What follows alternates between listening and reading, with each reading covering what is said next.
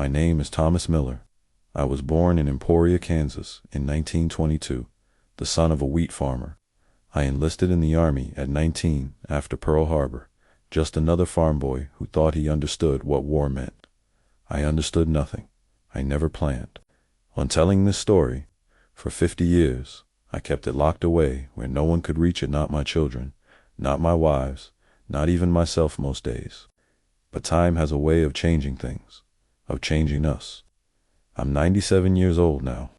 My body's worn out, but my memory for the things that matter is as clear as yesterday, especially for June 6, 1944. Some dates you don't forget, no matter how hard you try. People ask me sometimes if I'm a hero. I'm not. I'm just a man who survived when many better men didn't. A man who came home and tried to live a life worthy of that survival. Some days I succeeded, many days I failed. This isn't a story about heroism, though there was plenty of that on Omaha Beach.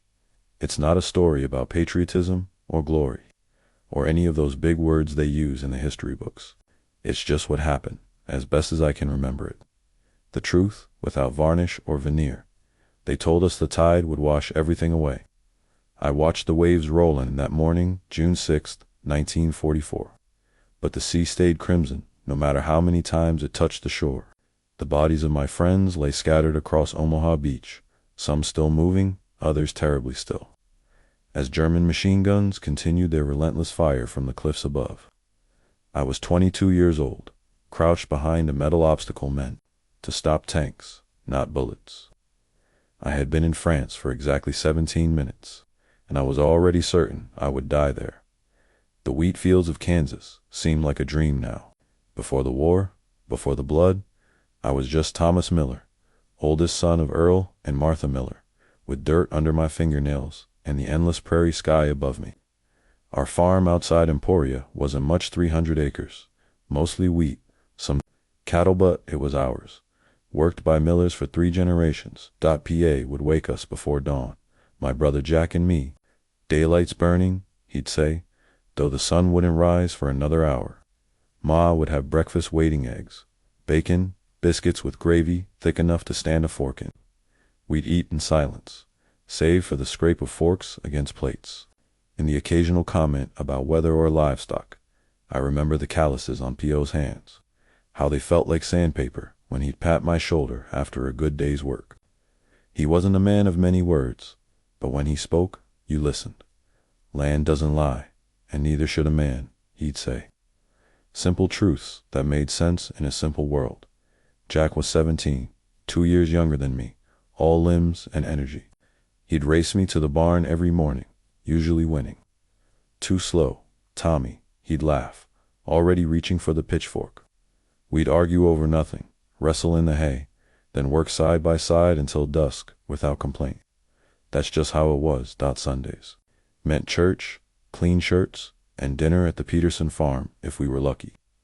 Mary Peterson was 18, with hair the color of corn, silk, and a laugh that made you want to be funnier than you were. We'd been sweet on each other since 8th grade.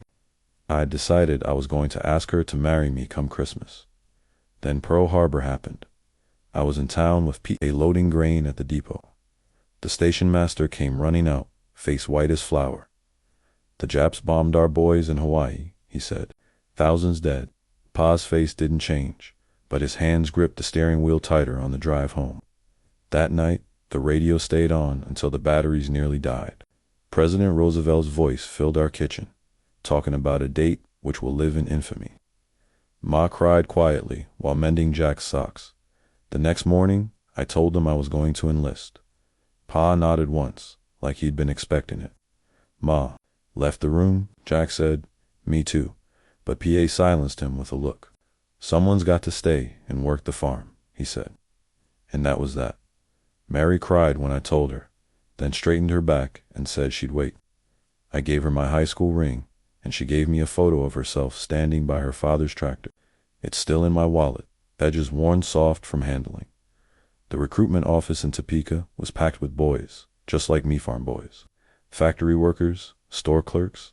Some looked eager, others terrified. I felt nothing but resolve. The sergeant at the desk looked me up and down and said, Army could use a strong back like yours. I signed the papers without reading them. Ma made a special dinner my last night. Home fried chicken, mashed potatoes, apple pie. She barely touched her food. After PA took me out to the porch and handed me his pocket watch.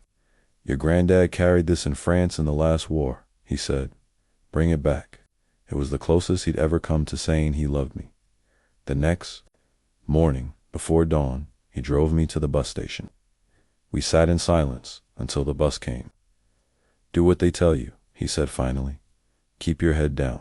Come home. Then he shook my hand like I was a man he'd just made a deal with, and I boarded the bus for Fort Riley.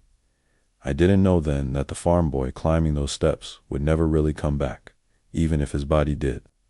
I didn't know that wheat fields and Sunday dinners and Mary's laugh would soon feel like someone else's memories.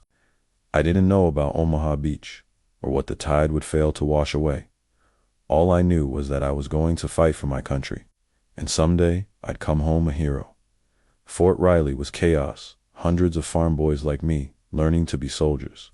I met Daniel Cooper from Missouri on my first day.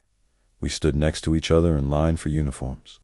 He was shorter than me, with red hair and freckles, but his handshake was firm. You a farmer too? He asked. Wheat, I said. You corn. He grinned. Better crop. Just like that, we were friends. The drill sergeant was a man named Blackwood, a veteran of battles I'd only read about in newspapers Guadalcanal. His face was weathered leather, eyes like flint. I am not here to make you comfortable, he told us on day one. I am here to keep you alive. We marched until our feet bled. We crawled through mud under barbed wire while machine guns fired live. Rounds over our heads. We learned to field strip M1 rifles blindfolded. We slept for hours a night and woke to Blackwood's whistle, shrieking like a banshee. Faster, Miller, he'd scream as I struggled over a wall. The Krauts won't wait. I hated him for weeks until I realized he was trying to save our lives. Letters from home arrived every Tuesday. Ma wrote about the farm, about Jack taking on more responsibility, about Mary asking for me. Pa never wrote himself, but Ma would add, your father says the wheat looks good, or your father fixed the north fence. I read between the lines. Mary's letters smelled faintly of lavender. She wrote about dances I wasn't at, about working at the telephone exchange, about waiting, always waiting. I kept her photograph in my breast pocket, sometimes touching it before sleep like a talisman. Cooper got a letter one day that made his face go white. His girl back home was marrying someone else of 4F with flat feet who'd never leave Missouri. Cooper got drunk that night on moonshine someone smuggled in. I held his head while he vomited, then helped him back to his bunk. Doesn't matter, he slurred. We're all dead anyway. I didn't believe that then, after 16 weeks, they told us we were ready. We weren't. But we had learned to shoot, to march, to obey without question. They gave us passes for one last weekend before shipping out. I couldn't go home to Farso. I went to Topeka with Cooper and 2 other guys. We drank beer, watched a movie, talked to girls who liked our uniforms. I danced with a brunette who wasn't Mary and felt guilty afterward. The troop train was crowded and hot, full of soldiers trying not to look scared. Some sang songs, others played cards. I watched America roll by outside the window farms, in small towns and cities, all the places we were supposedly protecting. I wondered if I'd see any of it again. At Camp Kilmer in New Jersey, we waited. For our ship, the air smelled different. Their salt and industry. I sent one last letter home, heading overseas soon. Don't worry, I'll be back before the harvest. A lie I wanted to believe. The night before we boarded, Cooper and I sat on our bunks cleaning our rifles, one last time. You scared? He asked, not looking up. No, I lied. He nodded like he believed me. Me neither. But later, in the darkness, I heard him praying softly, asking God to let him see Missouri again. I thought about adding my own prayer for Kansas, but fell asleep before I could form the words. The USS General W.P. Richardson was a converted luxury liner, now packed with troops instead of tourists. As we walked up the gangplank, a band played over there. Some men waved at the few spectators. I just kept my eyes forward, one foot after another. Cooper nudged me as we reached the deck. Next stop, Hitler's backyard. I tried to smile, but something cold had settled in my stomach. The safety of America was behind us now. Ahead was only ocean, and whatever waited beyond it. The Atlantic was a monster, heaving and rolling beneath us. Half the men were seasick within hours. The ship was designed for maybe 1,000 passengers, but carried over 7,000 soldiers. We slept in shifts, hot bunks they called them. When one man got up, another took his place on sheets still warm from the last body. I was lucky. Growing up, Uncle Pete had taken me fishing on Lake Cohola. The rocking never bothered me much. Cooper wasn't so fortunate. He spent the first 2 days with his head in a bucket. I brought him water and crackers when I could find them. Just kill me now, he groaned. Spare the Germans the trouble. By day 3, he could keep food down, and we found a spot near the bow where we could breathe something besides sweat and vomit. We'd stand there for hours, watching the endless water and talking about home. We weren't alone on that ocean. Twice, the alarm sounded for submarine alerts. We'd scramble to muster stations, life jackets on, waiting in tense silence. The destroyers, escorting us, would peel off, dropping depth charges that made the water jump in distant geysers. Each time, we survived. Others weren't so lucky. We heard stories of ships going down, men floating for days before rescue, if it came at all. That night, the ship was blacked out, no lights to guide enemy torpedoes. Some men played cards by the dim red safety lamps in the corridors. Others wrote letters that might never be mailed. Most just tried to sleep through the nightmares that had already started. Even before we'd seen combat, Lieutenant Hayes, our platoon leader, gathered us daily for briefings. He was older than most lieutenants, maybe 35, with premature gray at his temples. He'd been a history teacher before the war. The beaches we're headed for had been fortified for 4 years, he told us one day. The Germans call it the Atlantic Wall. They think it's impregnable. What do we think, sir? Someone asked. Hayes smiled thinly. We think they're wrong. I wasn't so sure. None of us were. But we nodded like we believed it. Halfway across, a storm hit that made the previous seas seem calm. Waves crashed over the bow, and the ship groaned like it might tear apart. Men who'd recovered from seasickness were sick again. I found Cooper, huddled in a corner, rosary beads wrapped around his fingers. We're going to sink, he said, eyes wide. No, we're not, I told him, more confidently than I felt. This ship's made it across dozens of times. The storm lasted 2 days. When it finally passed, the sky cleared to a blue so intense it hurt to look at. We emerged on deck like survivors of some biblical flood, blinking in the sunlight, grateful just to be alive. That night, we saw the convoy dozens of ships spread across the horizon, carrying men and machines toward the same destination. Destroyers zigzagged between them. Aircraft carriers launched planes that circled overhead. It was the largest fleet I'd ever imagined, all headed to break Hitler's wall. Jesus, whispered Cooper beside me. We really are going to win this thing. For the first time since leaving Kansas, I felt something like hope. The final days at sea were a blur of preparation. We cleaned weapons, studied maps, memorized objectives. The veterans among us, men who'd fought in North Africa or Sicily, told stories that were supposed to prepare us, but only fed our fears. The first day is the worst, said a sergeant with a scar running from eye to jaw. After that, you either get used to it or you're dead. Not exactly comforting. The night before we reached England, I couldn't sleep. I sat on deck watching the stars and thinking about home. A figure approached Lieutenant Hayes. Can't sleep, Miller? He asked, sitting beside me. No, sir, he nodded. Lighting a cigarette, the match briefly illuminated his face, tired, worried, human. First combat is always the hardest, he said after a while. Not the fighting itself to wait in beforehand. The imagination is crueler than reality. Were you scared, sir? Your first time? He laughed softly, terrified. Still am, every time. He blew smoke that disappeared into the darkness. But you'll do fine. Farm boys make good soldiers. Wise? That, sir, You understand three things city boys don't: hard work, bad weather, and death. You've birthed calves and slaughtered pigs. You've worked through blizzards and droughts. You know life isn't fair. I thought about that as he walked away. He was right, in a way. But nothing on the farm had prepared me for what waited across the water. Nothing could have dot England was greener than anything I'd ever seen. We landed at Liverpool and boarded trains for southern England.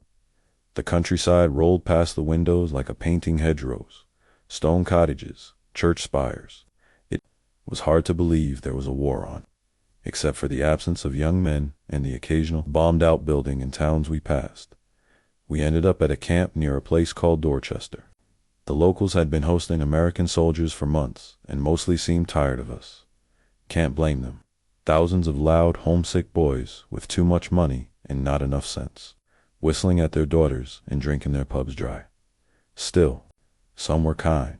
An elderly couple near our camp invited Cooper and me for Sunday dinner once. Mr. Winters had fought in the First War, the Great War. He called it tanned, had a limp from a German bullet at the Somme. Different war, same enemy. He said, as his wife served roast beef, that must have cost them a month of ration coupons. You boys finished what we couldn't. Our training intensified. We practiced beach landings using flat-bottomed boats called Higgins boats. We'd load up, circle in the water, then rush ashore on some empty stretch of English coast. Over and over, until we moved like machines or, so our commanders hoped. The weather was miserable cold rain that soaked through everything. The locals called it good English weather with straight faces. The mud reminded me of spring planting back home, except nothing would grow from this mud except misery. Letters from home came less frequently now. The war was stretching postal services thin. When they did arrive, they were weeks old. Ma wrote that Jack had bought a neighboring farm's tractor when old man Peterson decided to retire. Mary wrote that she'd taken a job at the munitions factory in Wichita, doing my part, she said. The thought of her small hands assembling bullets made me sad in a way I couldn't explain. News of the war came in dribs and drabs. We knew the Russians were pushing the Germans back in the east. We knew the Allies were fighting up the Italian boot. We knew an invasion of France was coming, and we'd be part of it. But details were scarce, wrapped in secrecy and rumor. Some nights, German bombers would fly over on their way to London or other targets. Anti-aircraft guns would open up, searchlights probing the sky. We'd watch from our tents, strangely detached. The danger felt abstract. Theoretically like what waited for us across the channel. May arrived with better weather and heightened tension. Security tightened. No one was allowed to leave camp. Letters were heavily censored. High-ranking officers appeared for inspections, their faces graved. Then came the briefings. Battalion by battalion, we were shown maps and models of the Normandy coast. Our division, the 1st Infantry, the big red one, they called us would land at a place called Omaha Beach. The maps showed German pillboxes, artillery positions, machine gun nests. The models showed a beach backed by steep bluffs, a natural fortress, made deadlier by 4 years of German engineering. Your job, said the colonel, pointing at the map, is to get across this beach, up those bluffs, and secure the exit roads. The Germans will try to stop you with everything they have. Someone asked about casualties. Expected to be high, the colonel said flatly, but acceptable given the strategic importance. Acceptable. I wondered if he'd feel that way if he were. In the first wave, I was. The night before we shipped out to our embarkation points, I wrote letters, one to Ma and Pa, one to Jack, one to Mary, just in case. I gave them to the chaplain, who promised they'd be sent if I didn't return to collect them. I wasn't the only one. The chaplain had a whole sack of such letters. Cooper found me after, sitting alone by a tree. Wrote your goodbyes, he asked, dropping down beside me. I nodded. Me too. He picked at the grass. My mom, my dad, my little sister. He paused. Even wrote to Elena, the girl who's marrying someone else. What did you say? That I hope she's happy, that I don't blame her. He shrugged. It's the truth. We sat in silence for a while, listening to distant artillery practice. Think we'll make it? I finally asked. Cooper looked at me, then up at the stars. Some of us will, he said. Maybe even us. That night, I dreamed of Kansas. Of wheat fields rippling like water under the wind. Of Mary laughing on a porch swing. Of Ma's apple pie cooling on the windowsill. I woke before dawn with tears on my face, somehow knowing it would be the last good dream I'd have for a long time. We moved to the coast in late May, to a sealed camp surrounded by barbed wire and military police. No one in, no one out. The atmosphere was electric with anticipation and dread. This was at the final staging area before the invasion. The days blurred together, more drills, equipment checks, briefings with increasingly detailed maps. We were assigned to companies, platoons, and squads. I was in easy company, 2nd Platoon, with Cooper and 28 other men. Lieutenant Hayes was our platoon leader. Our squad leader was Sergeant Wallace, a former steelworker from Pittsburgh with forearms like bridge cables. Your job is simple, Wallace told us, chewing his ever-present unlit cigar. Follow me onto that beach. Don't bunch up. Keep moving forward. Help your buddies. Kill Germans. We were issued new equipment, waterproofed weapons, inflatable life belts, assault jackets with extra ammunition. They gave us French francs and phrase books, like we were tourists. Some men got seasick pills. Others got extra morphine, syrettes. No one said what those were for, but we knew. The evening mess became a strange ritual. Men who'd complained about army food for months now ate silently, savoring every bite of powdered eggs and canned ham. Might be the last meal for some of us. All of us, maybe. I wrote one more letter to Mary, saying nothing about what was coming the censors would have. Cut it anyway. Instead, I told her about a dream I'd had where we were dancing at the county fair, beneath paper lanterns strung between oak trees. It hadn't really happened, but I wished it had. I wanted to leave her with something beautiful, just in case. On June 4th, we loaded onto ships massive gray transports anchored in protected harbors. Our company boarded the USS Charles Carroll, along with hundreds of other men. The decks were packed so tight you could barely move. Below decks was worse, stinking of diesel and sweat, but at least it was dry. A storm was brewing outside, rain lashing the portholes. That evening, the captain announced over the loudspeaker that the invasion was postponed due to bad weather.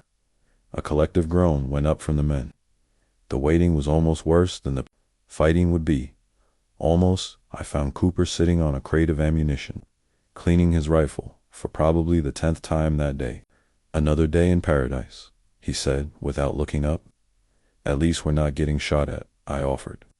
Yet, he finished with the bolt assembly and began reassembling the weapon with practiced moves.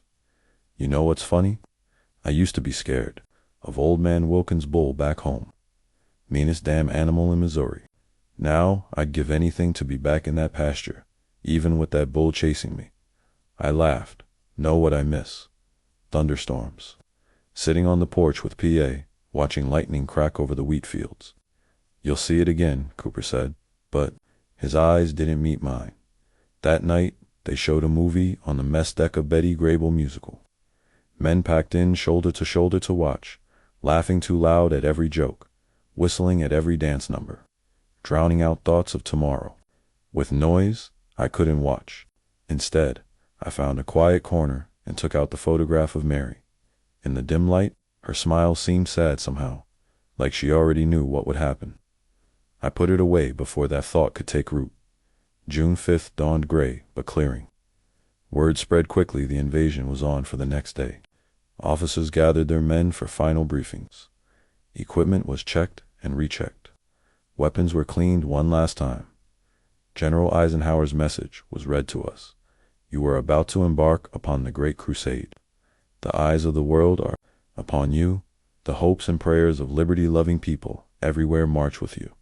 double quotes fine words. They didn't stop the shaking in my hands. That afternoon, chaplains held services on deck. Catholics, Protestants, Jews, everyone finding whatever comfort faith might offer. I wasn't particularly religious, but I went to the Protestant service, stood there in the wind as the chaplain read from Psalm 23, yea, though I walked through the valley of the shadow of death, ... Lieutenant Hayes found me afterward. Got your seasick pills, Miller? Yes, sir. I patted my pocket. Good. Take them before we board the landing craft. Once we're in those things, you'll need a steady stomach. He paused, studying my face. You ready for this? Was anyone? Yes, sir. Ready as I'll ever be. He nodded, then surprised me by offering his hand. We shook, man to man, not officer to private. See you on the beach, Miller. That night, no one slept much. Some men wrote letters. Others played cards with shaking hands. Many just stared into space, already somewhere else. I lay in my bunk, listening to the ship's engines rumble, feeling every mile passing beneath us, carrying us toward morning, toward Normandy, toward whatever waited for us there. The order came at 020. Oh, prepare to disembark. I hadn't slept, just dozed fitfully in my clothes. Around me, men moved like sleepwalkers, checking gear by dim red light. No one spoke much. What was there to say? We assembled on deck in full combat, gear helmet, rifle, assault jacket stuffed with ammunition, first aid kit, canteen, rations, entrenching tool, plus whatever personal items you could fit in your pockets. For me, that was Mary's photo, pocket watch, and the small Bible Ma had pressed into my hands the day I left. The weight was crushing. Over 60 pounds of equipment, and we'd have to swim with it if our landing craft was hit. Some men wouldn't make it just because of that weight, dragging them under the waves before they ever saw the beach. The English Channel spread out around. U.S., black under a clearing sky. Dawn was still hours away, but I could make out shapes, hundreds of ships stretching to the horizon. The largest armada ever assembled, they'd told us. Little comfort to those of us going in first. Lieutenant Hayes moved among us, checking equipment, offering quiet words of encouragement. He looked tired but composed, like a man facing a difficult job rather than potential death. I envied that calm. Remember your training, he said to our platoon. Stay spread out. Keep moving. The beach is the killing zone. Get off it as fast as you can. Sergeant Wallace was more direct. Stick with me, and most of you will make it. Freeze up, and you're dead. Cooper stood beside me at the rail, unusually quiet. In the dim light, his face looked carved from stone. You okay? I asked. He nodded once, then reached into his pocket and pulled out a wrinkled photograph. My family, he said, showing me a smiling group in front of a farmhouse, not unlike mine. Took it the day before I left. I showed him Mary's picture in return. We didn't need to say more at 0330. They began lowering the landing craft flat-bottomed boats with high sides and a ramp at the front. They swayed as they descended on cables to the choppy water below. One by one, we climbed down cargo nets, hanging over the ship's side. It was like some nightmarish playground game. Don't look down. Don't miss a handhold. Don't let the man above you fall on you. The landing craft bucked in the waves. Men stumbled as they jumped the last few feet, cursing as cold spray soaked. I landed hard, nearly twisting my ankle. Cooper came down after me, pale but steady. 36 men packed into a boat designed for 30. No room to sit, barely room to stand. The diesel engine roared to life, and we pulled away from the transport's protective bulk into the open channel. The crossing was hell. 3-foot waves slammed against our boat, sending icy water over the sides. Within minutes, we were soaked. The boat rose and fell sickeningly. Even with the seasick pills, men began to vomit. The stench mixed with diesel fumes and sweat. I gripped the side, knuckles white, fighting my rolling stomach. Beside me, Cooper had his eyes closed, lips moving, in what might have been prayer. Across from us, a replacement named Parker, just 19, fresh from the States, was sobbing quietly, though in the noise, only those next to him could hear. Lieutenant Hayes moved through the packed men, steadying himself against the violent motion. 20 minutes. He shouted over the engine in waves. Get ready. The sky was lightening now, the darkness giving way to gray dawn. Through gaps between men's shoulders, I caught glimpses of other landing craft, spread out across the water, all heading toward the same stretch of French coastline. The naval bombardment had already started. Great battleships behind us fired, their massive guns, shells screaming overhead toward the beach. The sound was physical, a pressure against the eardrums. Ahead, explosions bloomed along the shoreline, flashes of orange against the gray morning. "That'll soften them up," someone said hopefully. I wasn't so sure. The beach looked distant, a thin line between water and rising bluffs. So much open ground to cross. 5 minutes out, the German guns opened up. Not at us, not yet. We were still too far, but at the landing craft closer to shore. Geysers of water erupted as shells found their targets. Through breaks in the smoke, I saw boats burning, men in the water. Parker vomited again, this time on his rifle. "Clean that," Sergeant Wallace ordered. "You'll need it working." His voice was surprisingly gentle. The boat's coxswain shouted, something I couldn't make out. The lieutenant translated. 2 minutes. I felt a strange calm descend. No more time for fear. Just the job ahead. "I'll see you on the beach," Cooper said beside me, voice tight but steady. "Bet I get there first," I replied, our old joke from basic training. He almost smiled. "You're on." The lieutenant was at the front now, ready to be first off. "Fix bayonets," he shouted, the rasp of metal as 36 bayonets slid onto rifle barrels. One last check of weapons. One last silent prayer. The landing craft's engine changed pitch. We were nearly there. 30 seconds, the coxswain yelled. I took one deep breath, then another. Thought of wheat fields and Mary's smile. Felt the weight of PA's watch in my pocket. The boat slammed into something a sandbarred, then pushed forward. The ramp operator stood ready. "Ramp down. Go, go, go." Metal clanged as the ramp splashed into the water, and hell opened up before us. The world exploded into noise and fire. Machine gun bullets struck the ramp as it lowered, pinging off metal and ricocheting into flesh. The man in front of me, a sergeant I didn't know, crumpled before he could take a step. Then Lieutenant Hayes was shouting, leaping into water that came up to his chest. "Move. Get off the boat." I jumped after him, the shock of cold water stealing my breath. My boots hit sand, but the weight of my gear dragged me down. For one terrible moment, I thought I would drown right there, yards from the shore. Then my training kicked in. I shed my assault pack, kept my rifle high, and fought toward land. The water was red around me. Boaties floated face down. Men screamed for help I couldn't give. Every instinct screamed to turn back, but there was nowhere to go but forward. I was chest deep, then waist deep, then knee deep in water. The beach stretched before me, 200 yards of open sand to the seawall. No cover except for obstacles. The Germans had planted metal crosses and wooden stakes, some with mines attached. And all the while, bullets kicked up sand around my feet, tracers streaked overhead, and artillery shells sent geysers of wet earth into the air. I saw Cooper emerge from the water nearby, face pale but determined. We locked eyes for a split second. He nodded once, then we were both running, hunched over toward the nearest obstacle for cover. I dove behind a metal cross, my heart hammering so hard I could barely hear the gunfire. Cooper slid in beside me, breathing hard. "Jesus Christ," he gasped. "They're shooting fish in a barrel." He wasn't wrong. All along the beach, men were falling. Some made it to cover like us. Many didn't. The sand was already littered with bodies, some moving, many still.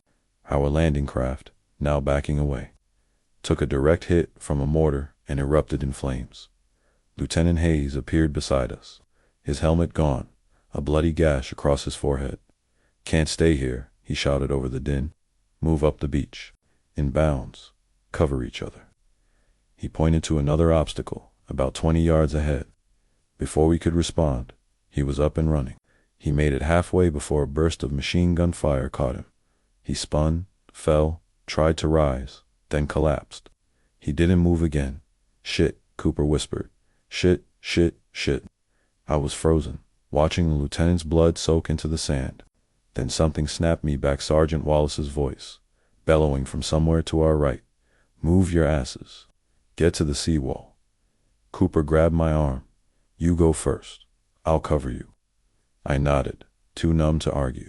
Gripping my rifle, I took 3 deep breaths, then sprinted for the next obstacle. Sand kicked up at my heels. Something hot whizzed past my ear. Then I was diving, skidding on my belly behind a wooden stake. I rolled over, readied my rifle, and nodded to Cooper. He ran, zigzagging, as bullets tracked him. For a moment, I thought he'd make it clean. Then he stumbled, clutched his leg, but kept coming. He fell beside me, grimacing. "Just a graze," he said through gritted teeth. Blood-soaked, his pant leg, but he was right, the bullet had only torn through flesh, not bone. "Can you move?" I asked. "Do I have a choice?" Around us, the few surviving members of our platoon were doing the same desperate dash from obstacle to obstacle. Many didn't make it.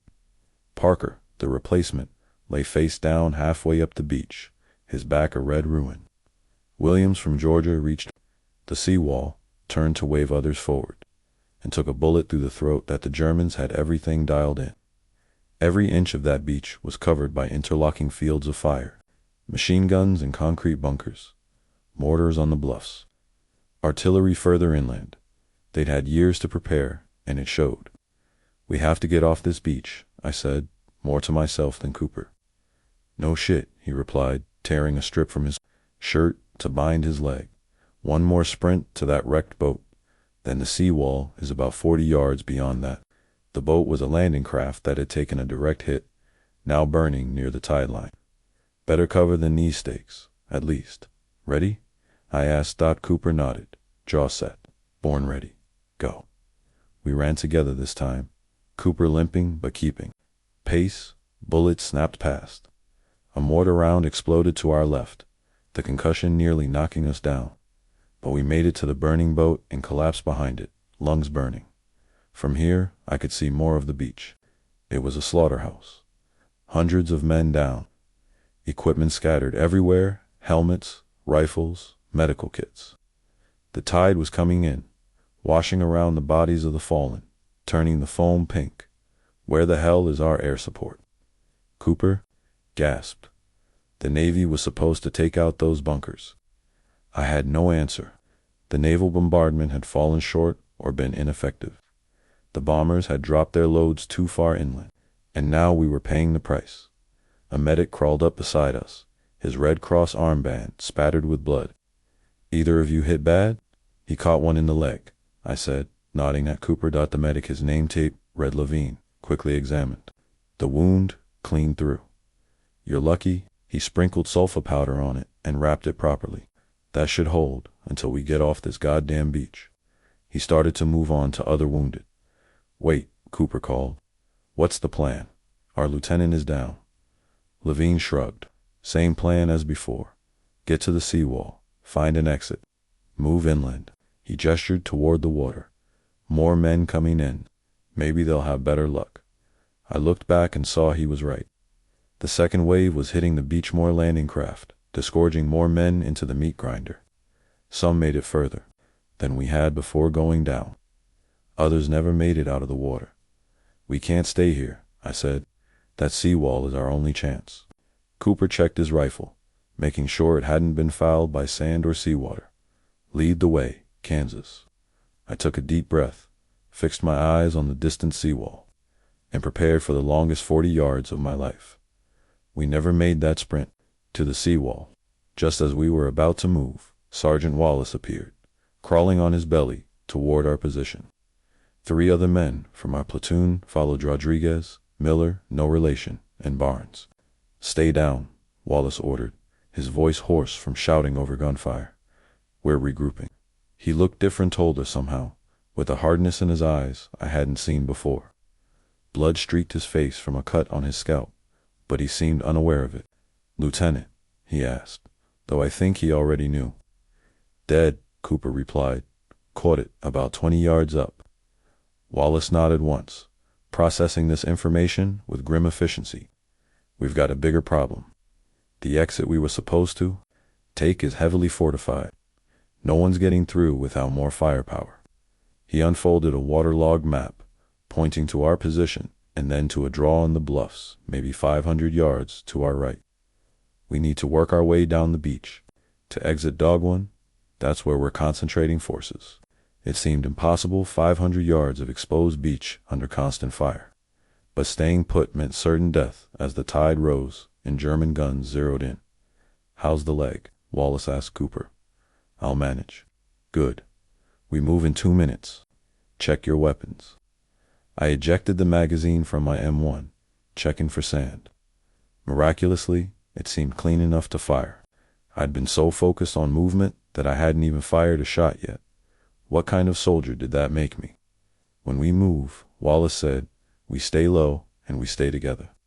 Anyone sees a wounded man from our unit, we grab him. No one gets left." For the tide, the sea was indeed creeping higher, already reaching some of the men who had fallen near the water's edge. I tried not to think about the wounded, watching the water rise around them, unable to move. "Now," Wallace shouted, and we were up, running crouched along the backside of the burning landing craft, then darting to a cluster of bodies that provided the only cover in the next stretch of beach. I tried not to look at the faces of the dead men. We used as shields. I recognized one Wilson from 3rd Platoon, who'd shared his cigarettes on the crossing. His eyes stared at nothing. His mouth opened in eternal surprise. Rodriguez was hit as we made the next dasha. Bullet through the shoulder that spun him around, but didn't drop him. Barnes grabbed him, half carrying him to the shelter of a disabled tank that had somehow made it ashore. We leapfrogged like that for what seemed like hours, but was probably only 20 minutes.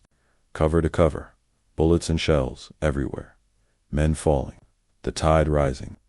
The noise never stopping, a constant symphony of explosions, gunfire, screams, and shouted orders. I fired my rifle whenever I saw movement in the bunkers above, probably hitting nothing, but it felt better than just running and hiding. Cooper, despite his wounded leg, kept pace, his face a mask of determination and pain. We came upon a group of Rangers huddled behind a seawall section. Their lieutenant, a compact man with intense eyes, was organizing them for an assault on a machine gun nest that had pinned down dozens of men. "You with the big red one?" he asked. "Wallace, what's left of us," Wallace replied. "We're going up this draw. It's our best shot. You win." Wallace looked at us 5 men from a platoon of 36, all bloody, exhausted, and scared, but still alive, still fighting. "We're in," he said. The plan was simple, covering fire from the beach, while a demolition team worked its way up the steep path to flank the machine gun position. We'd follow once they'd cleared it. I found myself beside a ranger named Jackson, both of us firing up at the bunker to keep the Germans' heads down. The tank of my rifle burned my hand as I fired clip after clip, spent casings piled around my feet, reloading. Jackson would shout, and I'd increase my fire to compensate, then reloading. From me, and he'd do the same. A deadly rhythm we fell into, without discussion. The demolition team moved with incredible skill, darting from cover to cover, placing charges, falling back. One man was hit, tumbling down the slope like a broken doll, but the others kept going. The explosion, when it came, shook the ground beneath us. The concrete bunker didn't collapse, but a gaping hole appeared in its side. 2 Rangers rushed forward, tossing grenades through the opening. Screams followed, then silence from that position. "Move up," the Ranger lieutenant shouted, and we were running again, this time toward the draw rather than along the beach. The path was steep, muddy from the morning's rain, and already slick with blood. Men ahead of us fell to snipers or hidden machine guns, but others kept going, and we followed. Cooper was struggling now, his wounded leg clearly causing him agony with each step. I grabbed his arm, taking some of his weight.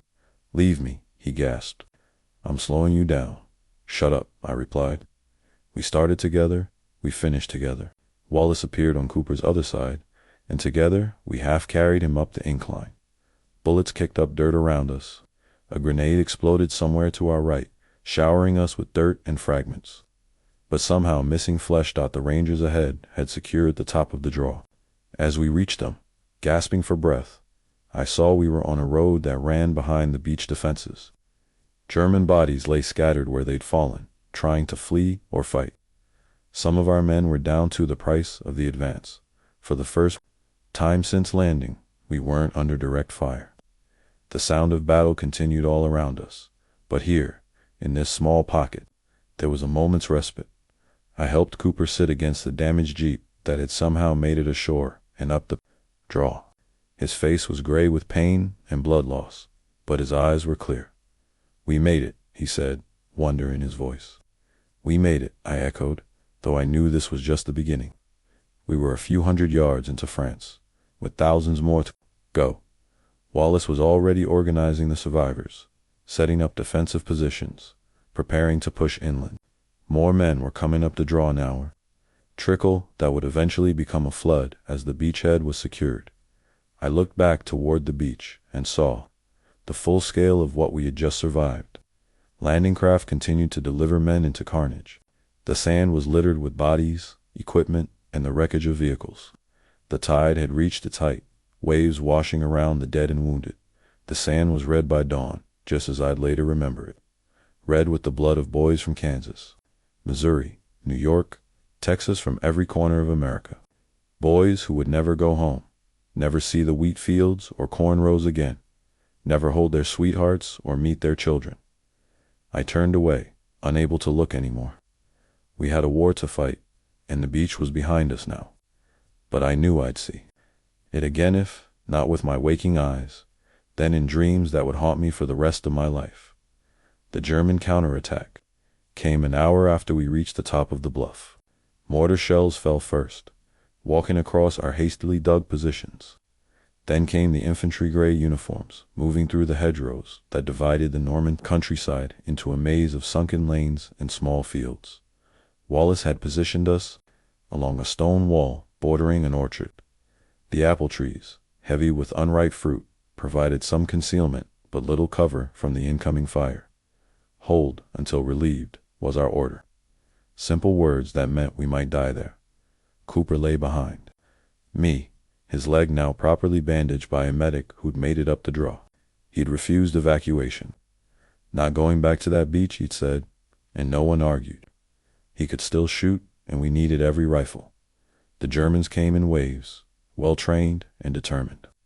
We cut down the first assault with concentrated fire, the M1 South and bars creating a wall of lead that no man could cross, but they kept coming. Running low, Barnes called out, holding up his last clip of ammunition. Wallace nodded grimly. "Make every shot count." I had 3 clips left, 18 rounds. It wouldn't be enough if the Germans kept pressing. A mortar shell landed behind us, showering dirt and fragments. Rodriguez screamed. His second wound of the day as shrapnel tore into his back. The medic crawled to him, but it was clear from his face that there was little he could do. "Miller," Wallace called. "Take Barnes and check that farmhouse. Might be supplies, might be Germans. Either way, we need to know." The stone farmhouse stood 100 yards back from our position. It had taken some hits. Its roof partially collapsed, but the walls still stood.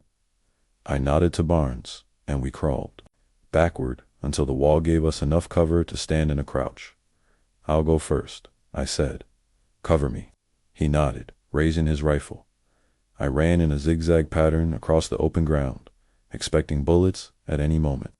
None came. I reached the farmhouse and pressed myself against the wall beside a shattered window. Barnes followed a moment later. "Looks clear," he whispered. I wasn't so sure. "We go in together. I'll take the door, you take that window."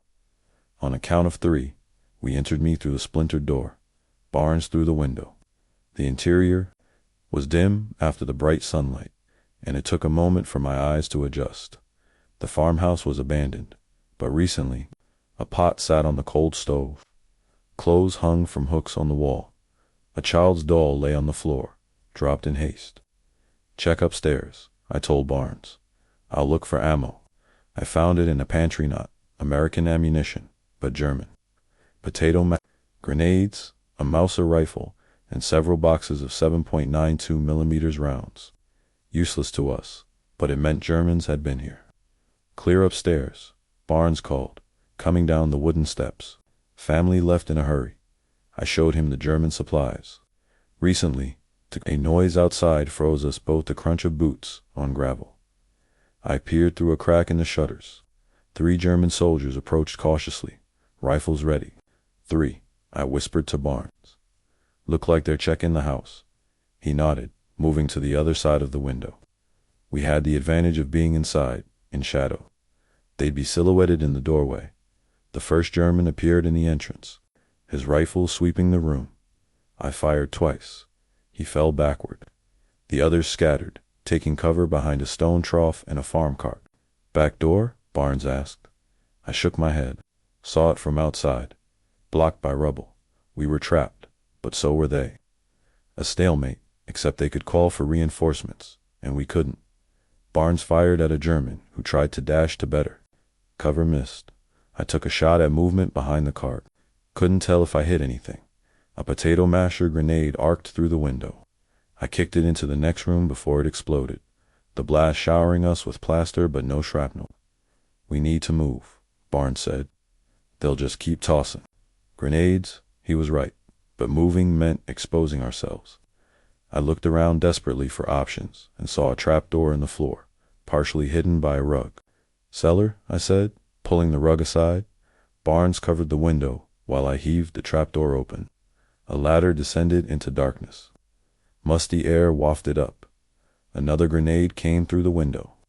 This time Barnes caught it and threw it back outside. A scream told us it had found a target. Go, I said. I'll follow. Barnes disappeared down the ladder. I fired 2 more shots through the window to keep the remaining German pinned. Then followed, pulling the trapdoor closed above me. The cellar was pitch black and smelled of apples and earth. I felt Barnes beside me, his breathing fast but controlled. Now what? He whispered. Before I could answer, boots thumped on the floor above us. The German, perhaps with reinforcements, had entered the house. We held our breath as footsteps moved across the ceiling. Something heavy dragged across the trapdoor. They were blocking our exit. Then came a sound that made my blood. Run-cold German voices, a match striking, and the whoosh of flames catching. They were burning us out. There has to be another way. Out, Barnes said, desperation in his voice. Cellars have outside entrances for bringing in supplies. We felt along the walls in the darkness, searching for a door, a window, any escape. The heat above us was already increasing, smoke seeping.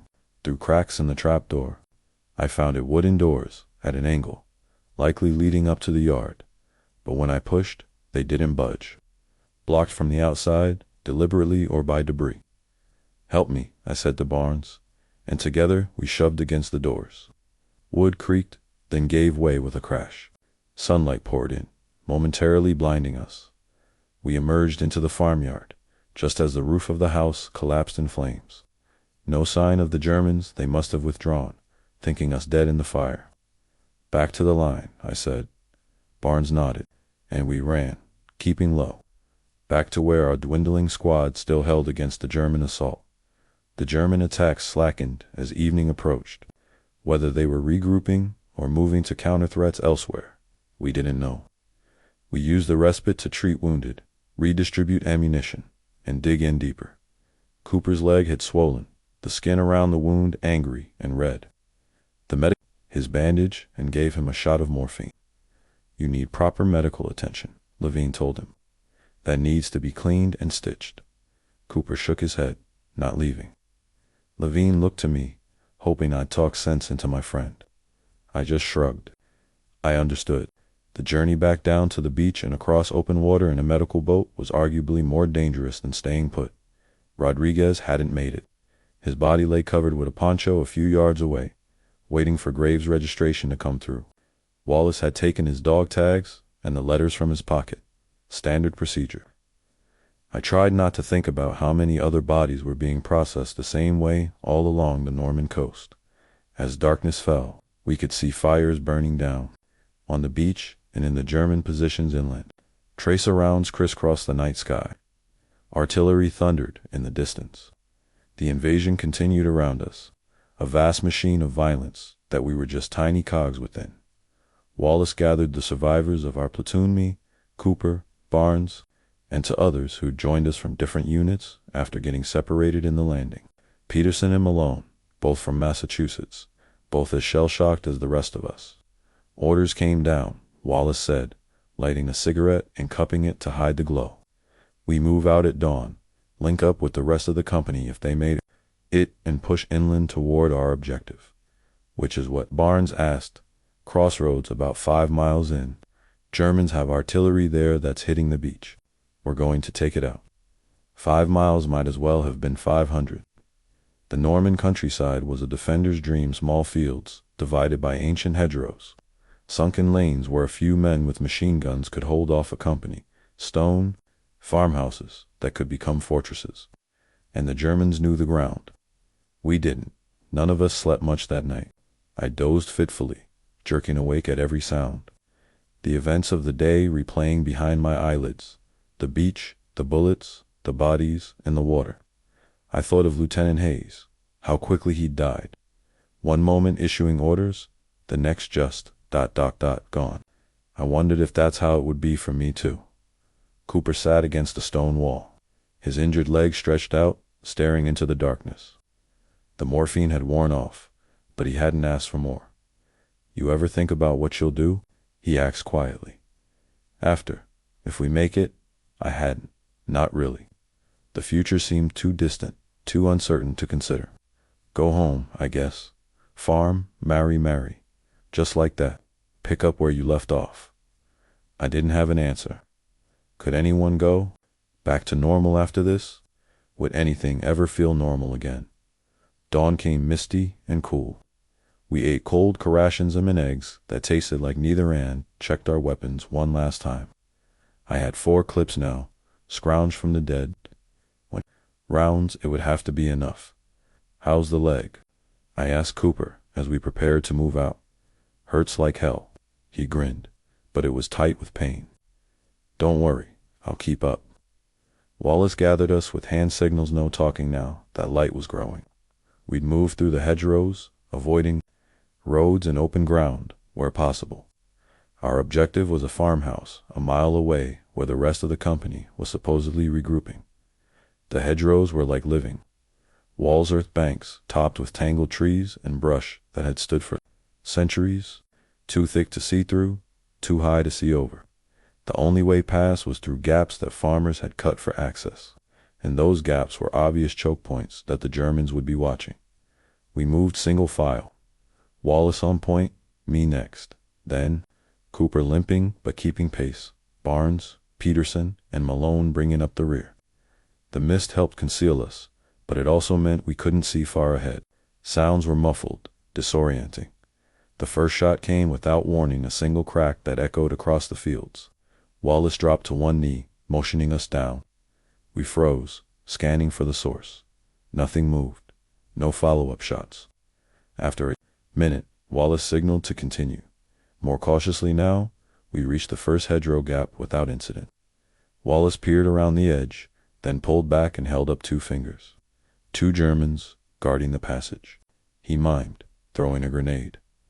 I nodded, pulling a grenade from my belt.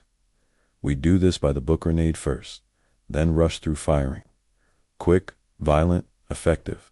I pulled the pin, counted 3 seconds, and tossed the grenade through the gap. The explosion was followed by screams. Wallace went through first, rifle up. I followed. 2 Germans lay by a machine gun nest, one clearly dead. The other wounded and surrendering, hands raised. Wallace motioned Malone forward. Watch him, he ordered, pointing to the wounded German. We'll send someone back. The rest of us continued on, leaving Malone to guard the prisoner. 1 man down, just like that. Our effective force reduced by 20% in the first engagement.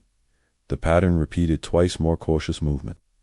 Contact with small German units, brief fire that we won, but that whittled our numbers down. Peterson took a bullet through the arm. Not serious, but enough to send him back with a prisoner by mid-morning. It was just Wallace, me, Cooper, and Barnes, still pushing toward the farmhouse rendezvous. The mist had burned off, leaving a deceptively beautiful summer day. Birds sang in the hedgerows as if nothing was wrong, as if men weren't killing each other yards away. We heard the firefight before we saw it, the distinctive sound of American M1s, mixed with the different report of German men. Wallace held up a hand, and we took cover, listening. "That's our boys," he said. "Sounds like they're in trouble." The firing came from just ahead, around a bend in the sunken lane we were following. Wallace looked at each of us, assessing. "Frontal would be suicide," he said. "We need to flank them." He pointed to a barely visible game trail leading through the hedgerow. "Miller, Cooper, take that.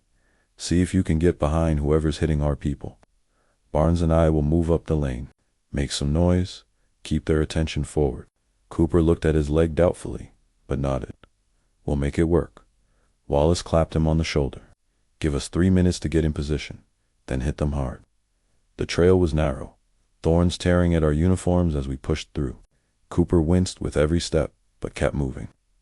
We emerged in a small orchard, and through the trees. We could see the back of a German position, about a squad, manning a machine gun and firing down the lane at unseen Americans. I looked at Cooper. He nodded. We readied our rifles. 3 minutes had passed. Time to hit them hard. We caught them completely by surprise. 8 Germans, so focused on the threat in front that they never considered their rear. Cooper and I opened fire simultaneously, dropping 3 before they knew what was happening. The others turned, confusion on their faces, quickly replaced by fear. Their machine gunner tried to swivel his weapon toward us, but Cooper put 2 rounds through his chest before he could bring it to bear at the same moment. Wallace and Barnes attacked from the front. The Germans, caught in a crossfire, didn't stand a chance. Within seconds, it was over. "Clear," I shouted. "Clear," came Wallace's reply from the other side of the position. American soldiers appeared from cover further down the lane. About a dozen men from various units who'd been pinned down by the German machine gun. Their lieutenant, a baby-faced officer who looked younger than me, approached Wallace. "Thanks for the assist," he said. "We've been stuck here for an hour." Wallace just nodded. "Seen any of the big red one?" "We're trying to reach a farmhouse rally." "Point." The lieutenant pointed down the lane. "About half a mile that way. We passed it earlier, 2-story stone building with a red barn. Looked like some of your boys were setting up there." Wallace looked relieved, the first real emotion I'd seen from him since the beach. "Much obliged. Good luck to you." We left them and continued toward the farmhouse, moving more confidently now that we knew friendly forces were nearby. Cooper was struggling though. The effort of the fight and our push through the hedgerow had reopened his wound. Blood soaked through his bandage, and his face was pale with pain and blood loss. "I'm fine," he insisted when I suggested we rest. "Just get me to that farmhouse." Barnes took his other side, and together we half carried him the rest of the way. The farmhouse appeared around a bend in the lane, solid stone with a slate roof, only minimally damaged by the fighting. The barn nearby had taken more hits, its roof partially collapsed. Men in American uniforms moved around the buildings, setting up defensive positions. A sentry challenged us as we approached. Wallace gave the password, and we were waved through. Inside the farmhouse, organized chaos reigned. Wounded men lay on blankets, spread across the stone floor. Radio men tried to establish contact with headquarters. Officers huddled around maps, planning the next move. I spotted Captain Reynolds, our company commander, and felt a surge of relief. If he'd made it, maybe others had to. "Wallace," Reynolds said, looking up from his map. "Good to see you. What's left of your platoon?" "Just us, sir," Wallace replied. "Cooper needs medical attention." Reynolds nodded to a corner where a medic was working. "Get him over there, then report back. We're moving out in 30. We helped Cooper to the makeshift aid station. The medic, not Levine, someone I didn't recognize, cut away the bloody bandage and examined the wound. "Needs cleaning and stitching," he said, "and antibiotics. We've got a cleared route back to the beach. Now evacuation. Jeep's running. He should go back." Cooper started to protest, but the medic cut him off. "This isn't about bravery, soldier. That leg gets infected. You could lose it. Or worse." I met Cooper's eyes and saw resignation there. He knew the medic was right. "Fine," he said, "but you're buying the drinks when this is over, Miller." "Count on it," I replied, trying to sound more confident than I felt. We both knew the odds of both of us making it through this war were slim. I stayed with him while the medic cleaned and stitched the wound. Cooper didn't make a sound, though sweat beaded on his forehead from the pain. "I'll check on you when I can," I promised, as they loaded him onto a stretcher for transport to the evacuation jeep. "You focus on staying alive," he said, gripping my arm with surprising strength. "Don't do anything stupid without me there to save your ass." I forced a smile, wouldn't dream of it. Watching that jeep drive away with Cooper was harder than I expected. Since basic training, we'd never been separated. He'd been the one constant in the chaos. Now I was truly alone. Wallace found me staring down the lane, long after the jeep had disappeared from view. "Time to move, Miller. Captain's waiting." The company, what was left of IT, gathered in the farmyard. 3 officers, including Captain Reynolds, and maybe 60 enlisted men. Before D-Day, we'd been over 200 strong. "Our objective is here," Reynolds said, pointing to a spot on his map. "Crossroads village, called St. Lawrence-sur-Mer. Germans have artillery there that's hitting the beach. We need to take it out, so more men and equipment can land." He divided us into 3 groups, one to approach from the east, one from the west, and a smaller team to circle north and cut off any German retreat. I was assigned to the eastern group under Wallace's command. As we prepared to move out, a fleet of P-47 Thunderbolts roared overhead, heading inland. Minutes later, we heard the crump of bombs falling. "Air support," Reynolds said with satisfaction. "Maybe they'll soften up those guns for us." We moved out at noon, back into the maze of hedgerows and sunken lanes. The rhythm of advance was becoming familiar, cautious movement, brief contacts with enemy forces, small firefights that we mostly won. The Germans were retreating, but slowly, making us pay for every yard. My first real view of France came when we crested a small rise and saw the village of St. Laurent in the distance. It was painfully beautiful stone houses with red tile roofs, clustered around a church spire, fields of green and gold stretching away, the blue sea visible beyond. If not for the columns of smoke rising from bombed positions and the distant thunder of artillery, it could have been a postcard. "Hard to believe people are trying to kill each other in a place like this," Barnes said beside me. I nodded, unable to find words. The contrast was to stark beauty and death sharing. The same space. We moved down toward the village, spread out in a skirmish line. So far, no resistance. The P-47s had done their work well. As we reached the first houses, civilians appeared, men, women, children, emerging from cellars where they'd sheltered from the bombing. An elderly woman approached me, tears streaming down her wrinkled face. She grasped my hand and said something in rapid French that I couldn't understand, but her meaning was clear enough: gratitude, relief. I smiled awkwardly, not knowing how to respond. After everything, the beach, the blood, the death, this human connection felt surreal, almost too much to bear. She pressed something into my palm, a small carved wooden cross on a leather cord. Before I could react, she had moved on to thank the next soldier. I slipped the cross into my pocket beside Mary's photo and P.O.'s watch. Another talisman, another reason to survive. We secured St. Laurent by nightfall. The German artillery had been destroyed by the airstrike.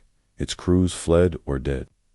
We set up defensive positions around the village, expecting a counterattack that never came. Captain Reynolds established his command post in the village church.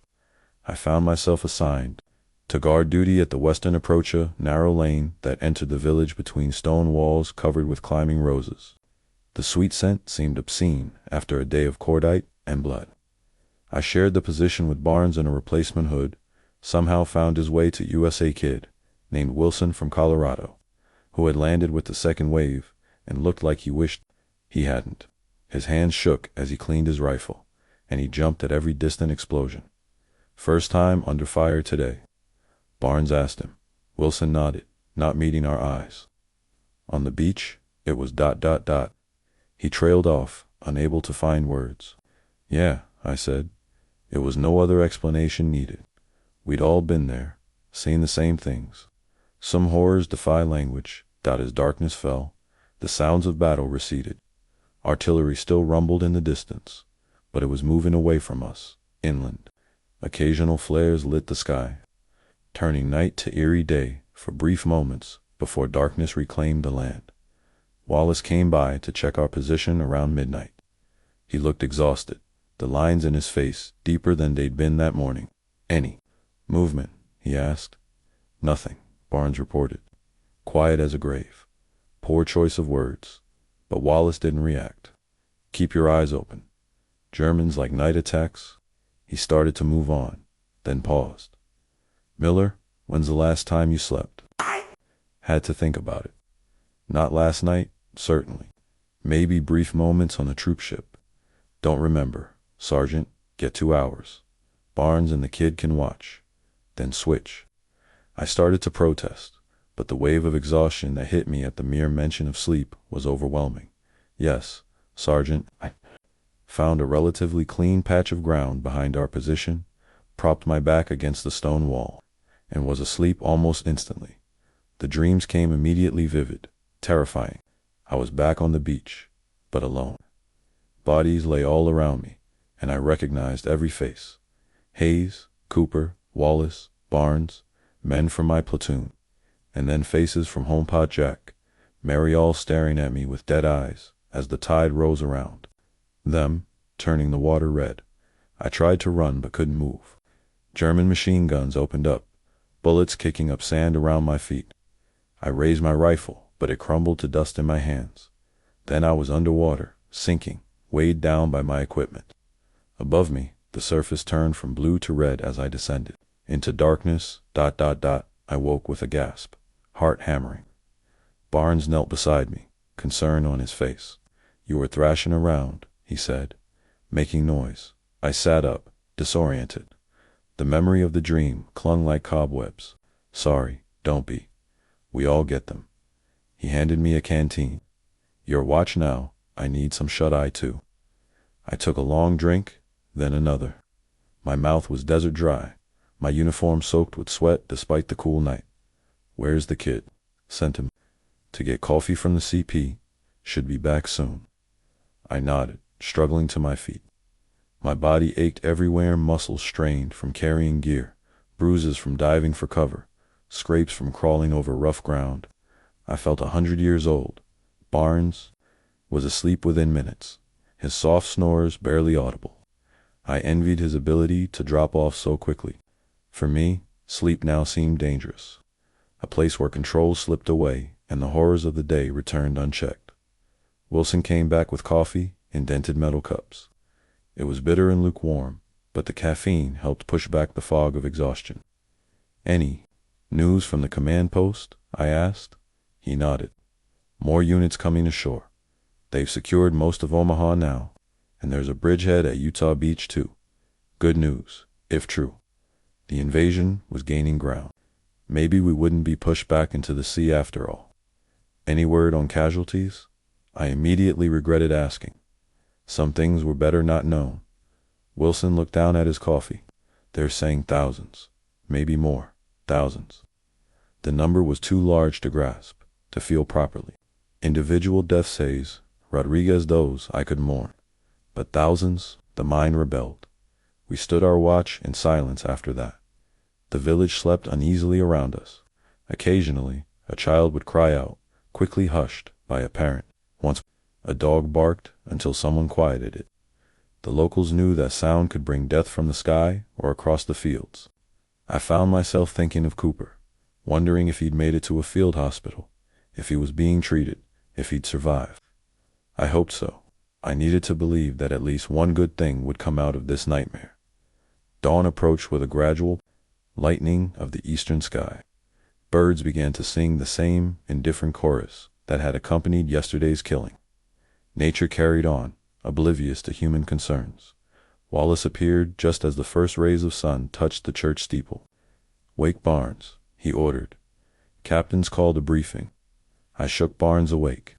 He came to instantly, hand reaching for his fellow soldier's reflex now. The briefing was held in the church nave. Maps were spread on the altar, radio equipment set up in a side chapel. The irony wasn't lost on me planning death in a house of God.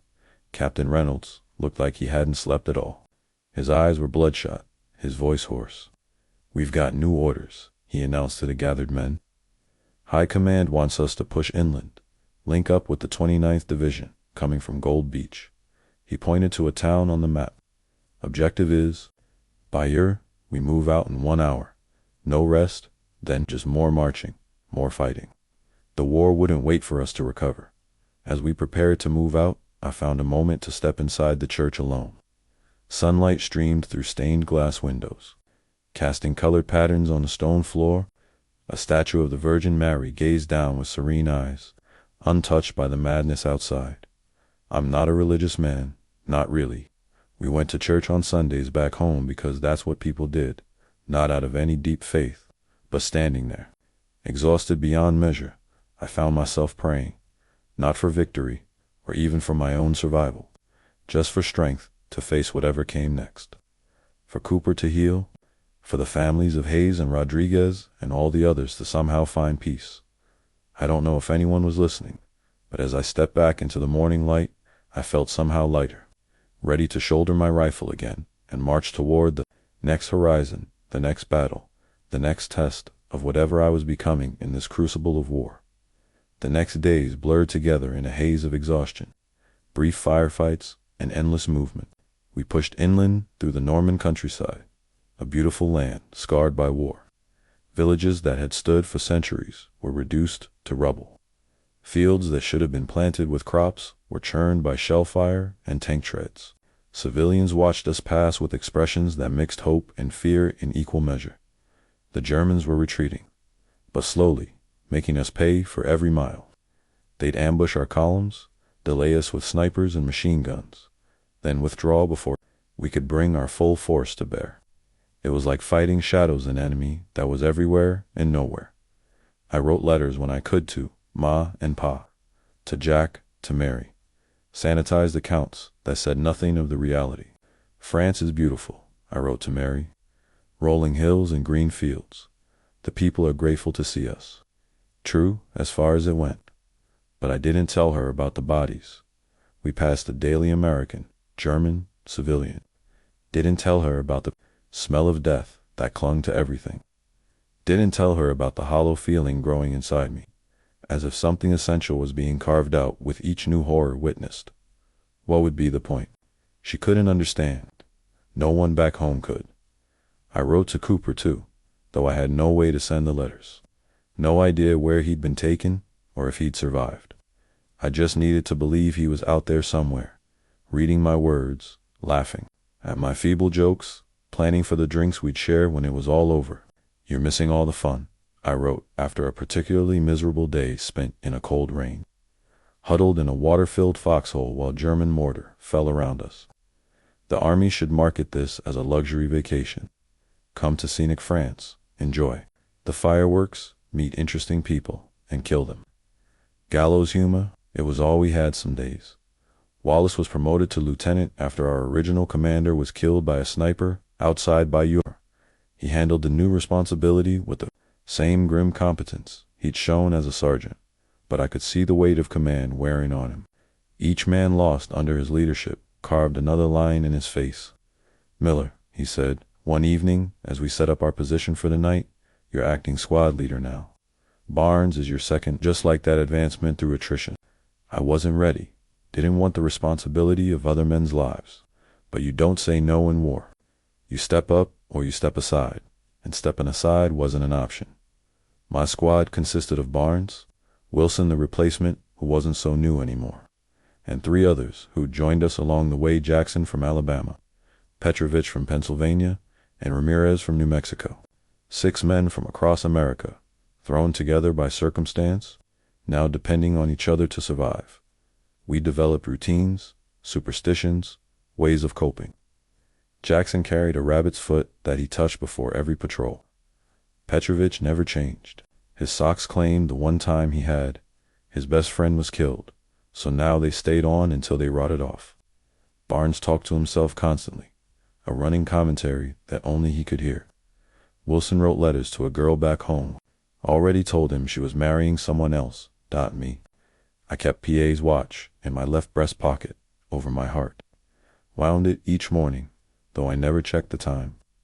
Time had no meaning here, just light and dark, moving and fighting, living and dying. The days stretched into weeks. June became July. We fought our way through Normandy, village by village, field by field. Sometimes we'd go days without seeing a German. Other times they'd hit us hard, leaving bodies scattered across the hedgerows before melting away again. The weather turned hot. The brief summer of northern France brought flies that swarmed on corpses and the living alike. The smell of decay hung everywhere.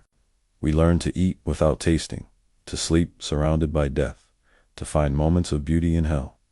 One evening, during a rare quiet moment, we found ourselves in an abandoned orchard. The apple trees were heavy with green fruit, not yet ripe. But getting there, the setting sun turned the leaves to gold. For a moment, it looked like home-like, the orchards outside Emporia where Mary and I had walked on Sunday afternoons. Almost pretty, isn't it? Barnes said, sitting beside me as I cleaned my rifle. I nodded, not trusting myself to speak. Homesickness hit me suddenly, a physical pain in my chest. I wanted Kansas City, its endless skies, its familiar smells, its safety. I wanted Mary's hand in mine, Pa's gruff voice, Ma's cooking. I wanted a world that made sense again. We'll get back, Barnes said, as if reading my thoughts. This won't last forever. I wanted to believe him. But as I looked at the setting sun, painting the clouds blood red, I wondered if he was right.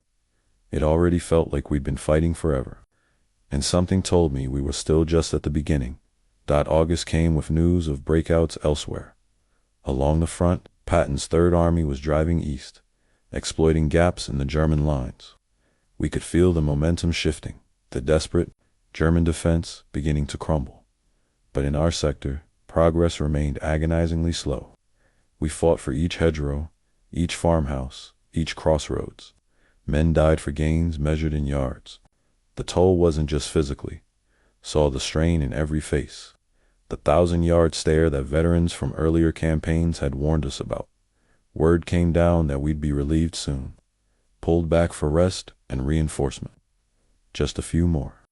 Objectives to secure. A few more days of fighting. A few more chances to die before reaching safety. Our target was a small village called St. Miraglisa, name I'd struggled to pronounce, but would never forget. Intelligence reported light resistance. A rear guard left to slow our advance while the main German forces withdrew. Intelligence was wrong. We approached at dawn, moving through a morning mist that clung to the fields like ghostly shrouds. The village seemed peaceful, church spire rising above stone houses, smoke from a few chimneys curling into the brightening sky. No movement, no sign of defenders. Wallace was suspicious. Too quiet, he muttered. Miller, take your squad left. Work around to the church. We'll come in from the right. I nodded, motioning my men to follow.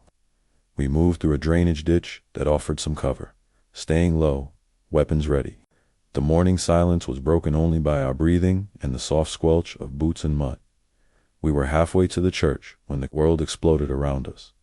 Machine gun fire erupted from multiple positions. The church tower, a farmhouse window, a hedgerow to our right. Mortar shells began to fall, too accurately placed to be random. We'd walked into a prepared killing zone. Down, I shouted, though my men were already flattening themselves against the muddy earth. Barnes, get smoke out. Jackson, Petrovich, covering fire. Training took over where thought failed. We popped smoke grenades, creating a billowing white screen between us and the German guns. Jackson and Petrovich fired at the muzzle flashes visible through the mist and smoke, giving the rest of us a chance to scramble for better cover. I found myself behind a stone wall with Ramirez and Wilson. Across the street, maybe 20 yards away, Barnes had made it to the shelter of a bombed-out house with Jackson and Petrovich. We were split, but alive. For now, the German fire slackened, but didn't cease. They were conserving ammunition, waiting for targets. Through a gap in the wall, I could see the church tower where a machine gun nest had been established. The gunner would have a perfect view of the entire village. That gun has to go, I said. We're pinned until it's out. Ramirez nodded grimly. Grenades won't reach. No, I studied the layout, looking for options, but we might get close enough. See that shed? I pointed to a small outbuilding near the church. If we can reach it, we'd have a shot at the tower. Hell of a big if, Wilson muttered. He wasn't wrong. 30 yards of open ground stood between us and the shed. 30 yards under direct fire from at least 3 positions. Smoke, I said. All we've got. Create a corridor. Ramirez, you and Wilson lay down fire to keep their heads down. I'll make the run. I should go. Ramirez argued. I'm faster. And a better shot, I countered. I need you here. Before he could object further, I was gathering smoke grenades from all 3 of us. 6 total. Enough for maybe 30 seconds of concealment if the wind cooperated. I signaled to Barnes across the street, indicating my plan with hand gestures. He looked unhappy, but nodded, readying his men to provide additional covering fire. Go on 3, I told Ramirez and Wilson. Make it count. I pulled the pins on 2 smoke grenades, threw them into the street, watched the white clouds begin to billow. Then 2 more, creating a corridor of concealment leading toward the shed. 1, 2, 3. Ramirez and Wilson opened fire, joined by Barnes's group from across the street. The Germans returned fire immediately, bullets whining overhead and smacking into the stone wall. I took one last breath, clutched my rifle, and ran. The smoke was disorienting, thick and acrid. I couldn't see more than a few feet ahead, relying on memory and instinct to guide me toward the shed. Bullets snapped past, unsettlingly close. Something tugged at my sleeve, a near miss. Then I was through the smoke, the shed just yards away. A German soldier appeared around the corner, as surprised to see me as I was to see him. Pure reflex brought my rifle up. I fired twice. He fell. I didn't stop to check if he was dead. The shed door was partially open. I slipped inside, finding it empty except for garden tools and sacks of feed. A small window faced the church tower. Perfect position. I could see the machine gun crew clearly, now 2 men. So focused on the smoke and the Americans behind the wall that they didn't think to look behind them. I raised my rifle, centered the sights on the gunner's back, and squeezed the trigger. 1 shot, 1 kill. The second German turned, reaching for his sidearm. My second shot took him in the chest. He collapsed over the machine gun. For a moment, silence fell over the village. The German positions, having lost their overwatch, hesitated. That moment was all our forces needed. Wallace's group attacked from the right, catching the defenders in a crossfire. Barnes led his men from the bombed house, flanking the hedgerow position. Within minutes, it was over. The remaining Germans surrendered or fled. St. Marie-Glisse was ours, at the cost of 7 American dead and 15 wounded. None from my squad, miraculously, but as I emerged from the shed, I felt no elation, no triumph, just a hollow exhaustion and the knowledge that tomorrow would bring another village, another fight, another chance for the luck to run out. Wallace found me sitting on the church steps, staring at nothing. Good work with that machine gun, he said. Probably saved a dozen lives. I nodded, not trusting myself to speak. All I could see were the 2 Germans I'd shot in the back. Men who never saw death coming. Men who might have had families, sweethearts, farms to return to. Wallace seemed to understand. He sat beside me, silent for a long moment. Then, relief comes tomorrow. We're being pulled back to England for refit. England, away from the front, away from the killing, at least for a while. I should have felt relieved, but I felt nothing, just empty. Get some rest, Wallace said, standing. It's a long road home. Home. The word seemed to belong to another language, another life. Kansas was a dream I'd once had. This, the blood, the mud, the death, this was reality now. England felt like a different planet after France. Clean streets, intact buildings, people going about their lives as if war were a distant concept rather than a daily reality. The contrast was jarring, almost painful. We were stationed near Portsmouth, in barracks that felt luxurious after months of foxholes and ruined buildings. Real beds, hot showers, food that didn't come from cans. Simple pleasures that once would have seemed ordinary, but now felt miraculous. The first night, I couldn't sleep. The bed was too soft, the silence too complete. No artillery in the distance. No need to keep one ear alert for approaching danger. Just quiet, broken only by the soft breathing of exhausted men. I slipped outside. Around midnight, found a place to sit against the barracks wall and watch the stars. The same stars that shone over Normandy, over Kansas, over the beaches where so many had died.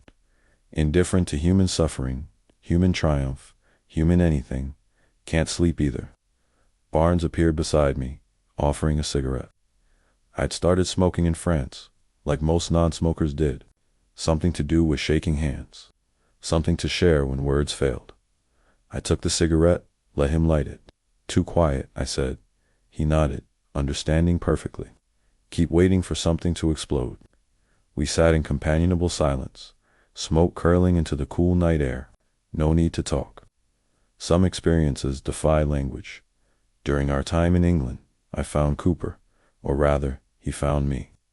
I was walking back from the PX one afternoon when I heard a familiar voice call my name. I turned to see him approaching, limping slightly, but grinning that same lopsided grin. "You look like hell, Kansas," he said as we embraced. "You're one to talk," but he looked good, all things considered.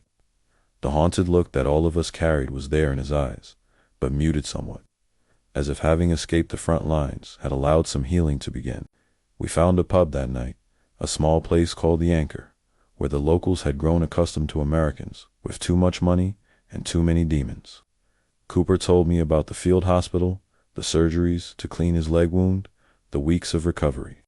I told him about Normandy after he'd left, sanitizing the worst parts, but not hiding the truth entirely. He'd seen enough to fill in the blanks. "Going back?" I asked, though I already knew the answer. He nodded. "Next week, different unit, but same direction. They're saying Germany by Christmas." I'd heard the same optimistic predictions. Didn't believe them any more than Cooper seemed to. This war wouldn't end quickly or icily. The Germans were retreating, but far from defeated. "What about you?" he asked. "When do you ship out?" 3 days. Back to the big red one. We didn't speak the obvious that we might never see each other again, that one or both of us might not survive what was coming. Instead, we drank our warm beer and talked of home, of the future we hoped would exist after the killing stopped. The night before I shipped out, a letter came from Mary. It had followed me across the Atlantic, through Normandy, and back to England, a miracle of Army Postal Service. The paper was thin, the ink faded in places from handling and damp, but her handwriting was as familiar as my own reflection. She wrote of small things, a dance at the Grange Hall, her work at the munitions factory, a dress she'd sewn from an old pattern, normal life continuing in my absence. She ended with words that should have comforted, but somehow increased the distance between us. "Everything is waiting for you, just as you left it. Your place at the table. Your side of the bed we'll share. Your future." I read it twice, then folded it carefully and placed it with her photograph.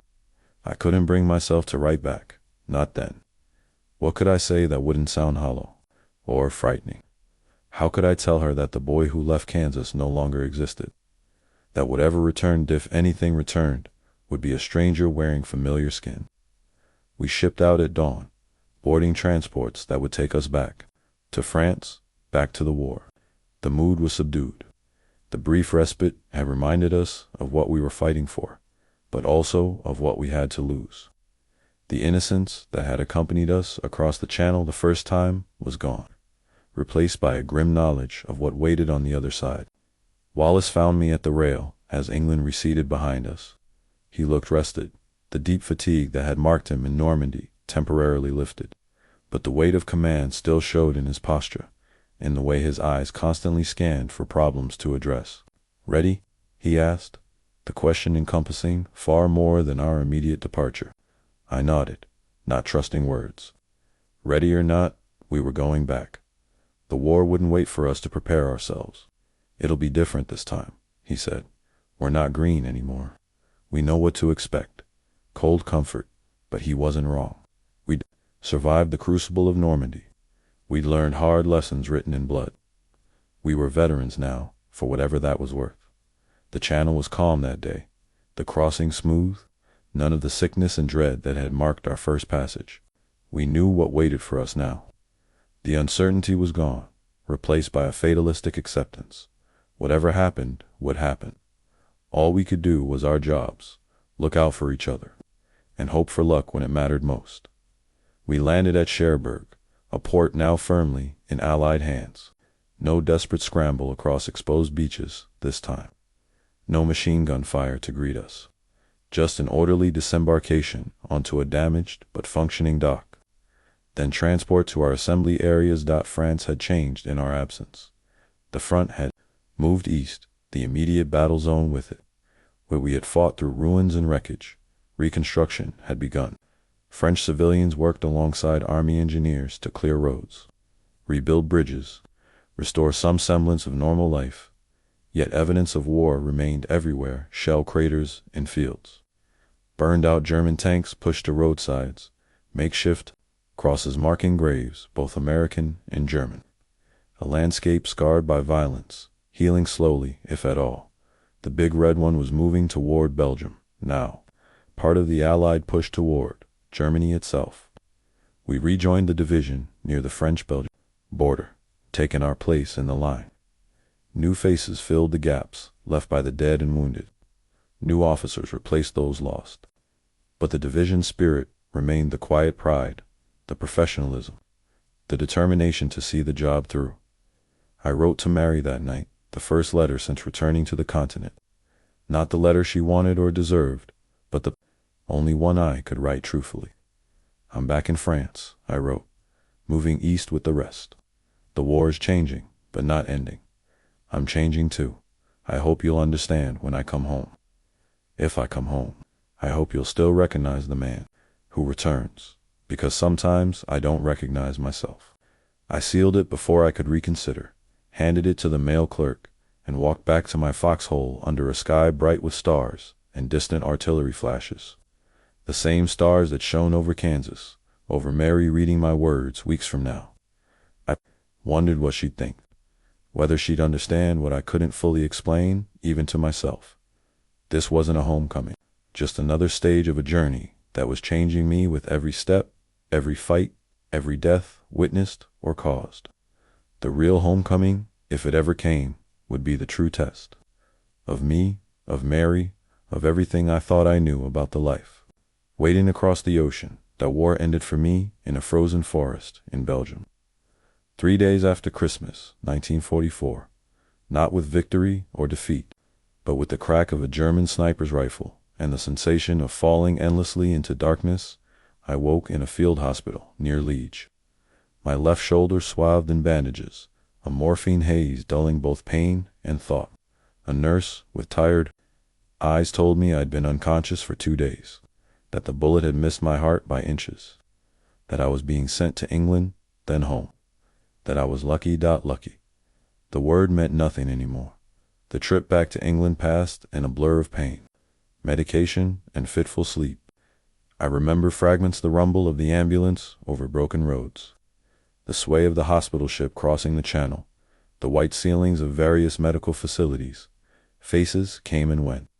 Doctors, nurses, other wounded men with thousands stares that matched my own. They gave me a Purple Heart in a small ceremony at the hospital in England. I sat in a wheelchair while some colonel I'd never seen before pinned the medal to my pajamas and thanked me for my service. I wanted to laugh, or maybe scream. Instead, I said nothing. The silence had already begun. A letter came from Wallace just before I shipped home. He'd survived Belgium, was pushing into Germany with what remained of our unit. Barnes had made it too. Wilson hadn't. Neither had Jackson. The names blurred together after a while: the living, the dead, the ones still fighting. They all seemed equally distant, equally unreal. The hospital ship that carried me home was called the Comfort, a name that struck me as darkly ironic. There was no comfort to be found in its crowded wards, in the moans of men with wounds far worse than mine, in the knowledge that we were returning, not as the heroes we'd imagined, but as broken versions of our former selves. 23 days. After the sniper's bullet, I stood on the deck as the New York skyline appeared through the morning mist. The Statue of Liberty raised her torch in greeting, a welcome home that should have stirred something in me but didn't. I felt nothing, not relief, not joy, not even gratitude for survival. Just emptiness where emotions should have been. More hospitals followed, processing in New York, then a veterans facility in Topeka, closer to home. My shoulder healed slowly. Physical therapy restored most of my range of motion, though the doctors said I'd always feel the weather changing in that joint. A small price, they assured me. I had both arms, both legs. Many weren't so fortunate. My family visited in Topeka. Ma cried when she saw me, though she tried to hide it.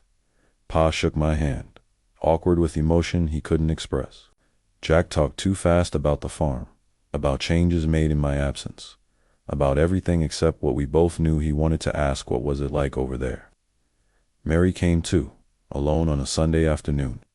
She'd lost weight, or maybe it was just that I remembered her differently. Her eyes were the same though, kind, patient, loving.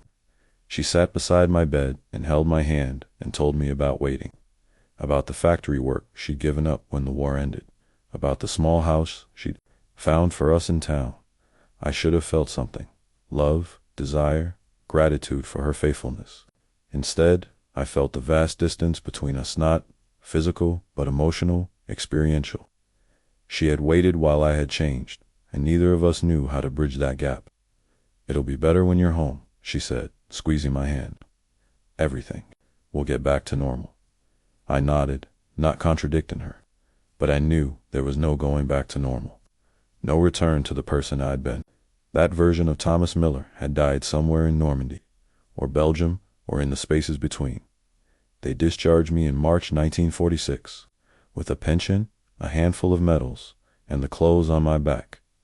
The war had been over 4 months. Victory parades had been held, then forgotten. America was moving on, eager to leave the conflict behind and embrace peace and prosperity. PA met me at the Emporia station, driving the same truck he'd driven the day I left. He'd aged a decade in those years, more gray in his hair, more lines in his weathered face. We spoke little on the drive home. What was there to say? He hadn't been there. I couldn't explain it. The silence was easier. The farm looked smaller than I remembered. The fields, the house, the barn, all diminished somehow, as if seen through the wrong end of a telescope. Or maybe it was me who had changed. My perspective altered by what I'd experienced. Ma had prepared a homecoming dinner: fried chicken, mashed potatoes, apple pie, all my favorites from before. The kitchen smelled of childhood, of safety, of home. Yet I felt like a visitor, an observer watching a scene from someone else's life. Jack had brought his wife. They'd married while I was overseas. Susan, a sweet-faced girl from a neighboring farm. They were expecting their first child in summer. Life continuing, creating, building. While I sat frozen in memories I couldn't share. Mary joined us for dinner, sitting beside me, her hand occasionally finding mine under the table. She'd waited, faithfully, patiently. I should have felt grateful. Instead, I felt guilty for the emptiness inside me, for the words I couldn't say, for the emotions I couldn't feel. "When do you two plan to get married?" Susan asked over dessert, the innocent question landing like a grenade in the center of the table. Mary looked at me, hopeful. Everyone looked at me, waiting for the answer we'd all expected before the war. The natural next step in a life interrupted but now resumed. "Soon," I said, the expected response. The lie. That night, alone in my childhood bedroom, I tried to weep, but couldn't. The tears wouldn't come. Nothing would come, not sadness, not relief, not even the nightmares that had haunted me in hospitals. Just a vast silence, a void where my future should have been. The days that followed established the pattern of my return. I worked the farm with PA and Jack, my body going through familiar motions, while my mind remained elsewhere. I saw Mary, on Sundays, maintained the fiction that we were planning a life together. I answered when spoken to, ate when food was placed before me, slept when darkness fell, functioning but not living. The memories never left. The beach, the blood, the faces of the dead Hayes, Wilson, Jackson, countless others. The German soldier I'd shot in the back at St. Miraglís, the frozen forest in Belgium where I'd finally fallen. They weren't constant. these memories. They came in flashes, triggered by sounds, smells, images. A car backfiring, the metallic scent of Ma's cast iron pan, the particular quality of light through morning fog. Each time, I'd freeze, stop breathing, find myself back there, in the moment, as real as the present. Seconds or minutes would pass before I returned, before I remembered where and when I was. Pa noticed but said nothing. Ma noticed and tried to help with touches, with food, with love I couldn't absorb. Jack noticed and covered for me when I faltered at tasks I'd once performed without thought. Mary noticed too. Her patience was saintly, her understanding beyond what I deserved. It takes time, she said, when I apologized for my distance, my silences. I'm not going anywhere. But as spring turned to summer, even her patience began to fray. Not dramatically, Mary wasn't one for scenes or ultimatums, but I could see the questions in her eyes, the growing realization that the man she'd waited for might never truly return. I broke our engagement on a Sunday evening in July, walking beside the creek where we'd first kissed as teenagers. The setting sun painted the water gold, the air was sweet with clover, and I was ending the future we'd planned. I can't, I said simply. Not now, maybe not ever. She didn't cry, didn't argue, just looked at me with those kind eyes that saw too much. Is it someone else? Something that happened over there? No, I said. And yes, it's not another woman. It's everything. I'm not the person you're waiting for, Mary. That man died in Europe. You could try, she said softly. For us, for yourself. I am trying, I replied. Every day, every minute. It's all I do. But I can't be who I was. And I won't let you waste your life waiting for someone who doesn't exist anymore. She returned my ring, the high school ring I'd given her before leaving, held my face between her palms and kissed me once, gently. If you change your mind, I won't, I said, the kindest cruelty I could offer.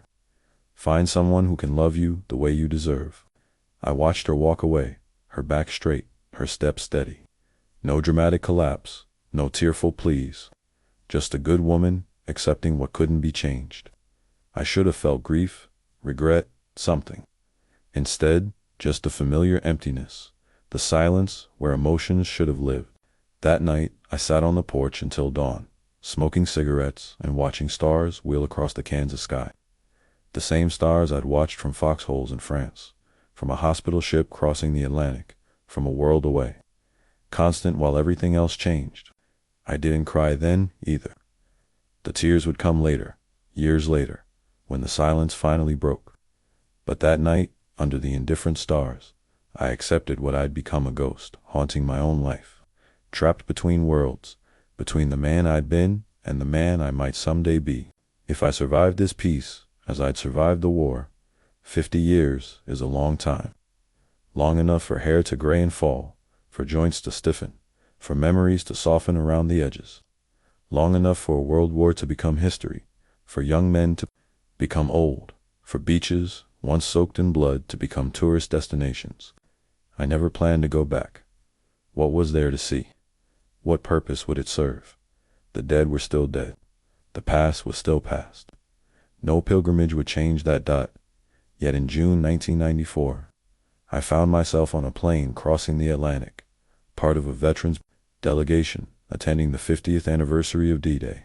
Not my idea. My daughter Elizabeth's, the stubborn one of my 3 children, the one who refused to accept the silence that had defined so much of my life. You need to go, Dad, she'd insisted. For yourself. For all of them who didn't make it back. For us, so we can understand. I'd resisted, of course. Made excuses about my health, decent for 72. About the cost which she'd already arranged to cover. About the pointlessness of dredging up ancient history. But in the end, I went. Not for myself, for her, for all of them who'd never had the chance to have children, grandchildren, a future dot. The France that greeted me bore little resemblance to the war-torn country I'd known. Paris was beautiful, vibrant, at peace. The countryside, glimpsed from the windows of our tour bus, was lush and unmarked by violence. Only occasionally would I spot a concrete bunker, half buried in a hillside, a rusting tank preserved as a monument, physical reminders of what had happened here. Our group was treated like royalty elderly Americans, with campaign ribbons and medals pinned to civilian suits, leaning on canes and each other as we were guided from memorial to museum to reception. The French were grateful, unfailingly polite, eager to show their appreciation to the old men who had helped liberate their country. Politicians made speeches. Children presented us with flowers. We smiled and nodded and accepted their thanks with varying degrees of discomfort. I went through the motions, separating myself from the emotions that threatened at the edges of consciousness. A skill perfected over decades, I signed autographs for school children who looked at me with awe I didn't deserve. I answered the same questions repeatedly. Yes, I was there on D-Day. No, I wasn't scared to lie. Yes, I was proud to have served a complicated truth. Then came June 6th, and we were taken to Omaha Beach for the official ceremony. Distinguished guests, living monuments to a battle that had changed the world. The beach looked nothing like I remembered. Clean golden sand stretched between a calm sea and peaceful bluffs. Resort homes dotted the coastline. Families played in the surf. Children built sandcastles. Tourists snapped photos. Only the memorials and cemeteries hinted at what had happened here. I stood at the water's edge while dignitaries prepared for speeches at a podium further up the beach. My feet got wet as the tide came in, the same tide that had carried the dead and wounded that day 50 years ago. The same tide that had washed the sand clean again and again, until no trace of blood remained. A young French woman approached, maybe 30, with a small boy of about 5 clutching her hand. She spoke English with a heavy accent. "Monsieur, excuse me, are you one of the veterans? You were here, on this beach." I nodded, uncomfortable with the attention. "A long time ago." She smiled, tears in her eyes. "My grandfather was from St. Laurent. He always told us about the Americans who saved them. He said without you, we would not be here." She gently pushed her son forward. "Jean, say thank you to the monsieur." The boy looked up at me solemnly, then offered a small hand. "Merci," he said. I shook his hand, something breaking loose inside me. This child, this life that might never have existed, a future that we had fought for without knowing it. "You're welcome," I managed to say. She asked if she could take a photo. I agreed as she readied her camera. I found myself telling her about Cooper, about Hayes, about Wallace and Barnes and all the others. Names I hadn't spoken aloud in decades tumbled out, surprising me with their immediacy. She listened, nodding, occasionally translating for her son. When she left, I realized I was crying. Silent tears tracking down weathered cheeks. The first I'd shed for my fallen comrades, for my lost youth, for everything that had happened on this beach. Elizabeth found me there, concern in her eyes so like her mother's. After Mary, there had eventually been Susanna, a widow I'd met through church, kind and patient enough to accept the damaged man I was. We'd built a life together, raised 3 children, found a quiet happiness I'd never thought possible. She'd died 5 years ago, leaving me alone with the silence again. "Dad, are you okay?" Elizabeth took my arm. "I'm fine," the reflexive response. Then, amending, "Actually, no, I'm not fine. But maybe that's all right." She didn't press, just stood beside me as the ceremony began. Politicians spoke of bravery and sacrifice, of the debt owed to the greatest generation, of lessons learned and freedom preserved. Some of it was even true. When it ended, our group was scheduled to visit the American cemetery at Colville-sur-Mer. Row upon row of white crosses and stars of David, overlooking the beach where so many had died to liberate a continent. I'd seen photos but wasn't prepared for the reality: nearly 10,000 graves stretching across manicured lawns. The scale of sacrifice made visible. I walked alone among the markers, looking for names I knew. Found Williams from Georgia, who'd taken a bullet in the throat after reaching the seawall. Rodriguez from our platoon, whose body had lain covered by a poncho that day beyond the hedgerows. Lieutenant Hayes, who'd led us onto the beach and never made it halfway across. At Hayes' grave, I stopped, remembered his quiet confidence, his reassurance the night before the landing, his body crumpling under German fire. He'd been had he left a wife, children? Had anyone remembered him across these 50 years besides the soldiers he'd led? I made it back, Lieutenant, I said softly. Took me a while, but I made it. The next day, our group split up for visits to various Norman villages that had been liberated in the weeks after D-Day. I found myself on a small bus headed to St. Lawrence-Mer, the village whose artillery position we'd been sent to neutralize after getting off the beach. It had been rebuilt since the war, but the church remained the same, the stone structure, where Captain Reynolds had established his command post that night so long ago. The mayor greeted our small group, then took us to a local school where children had prepared a reception. They sang for us first the French national anthem, then a halting rendition of the Star-Spangled Banner that brought unexpected tears to my eyes. Afterward, they presented each veteran with hand-drawn cards and small gifts. My card showed an American flag and, in careful English, "Thank you for our freedom." An elderly Frenchman approached me as the formal reception was ending. He had to be close to 90, stooped but still mobile, his eyes bright with intelligence and memory. "You were here," he said in accented English. "In 44, yes," I replied. "June 6th and after." He nodded, studying my face. "I remember. I was the schoolmaster then. I saw you Americans come through the village. Young men, so many young men." He introduced himself as Henry Dupont, insisted I come to his home for coffee. I accepted, curious despite myself. His house was small but immaculate, filled with books and photographs. As his wife prepared coffee, he showed me a framed black and white photo on his mantel, American soldiers standing in the village square. Dusty and combat-worn, but smiling. "I took this," he said proudly, "the day after you liberated us." I studied the image, recognizing the church in the background, the distinctive Norman architecture, and then, with a shock that stole my breath, I recognized myself and possibly young. Rifle slung over my shoulder, half smiling at something off camera. "That's me," I said, pointing with a shaking finger.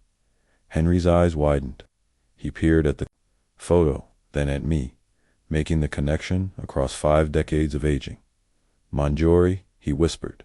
"It is you," he called to his wife in rapid French. She hurried in, wiping her hands on her apron, then gasped when he explained. Suddenly, I was being embraced, my hands clasped, my presence treated as a miracle.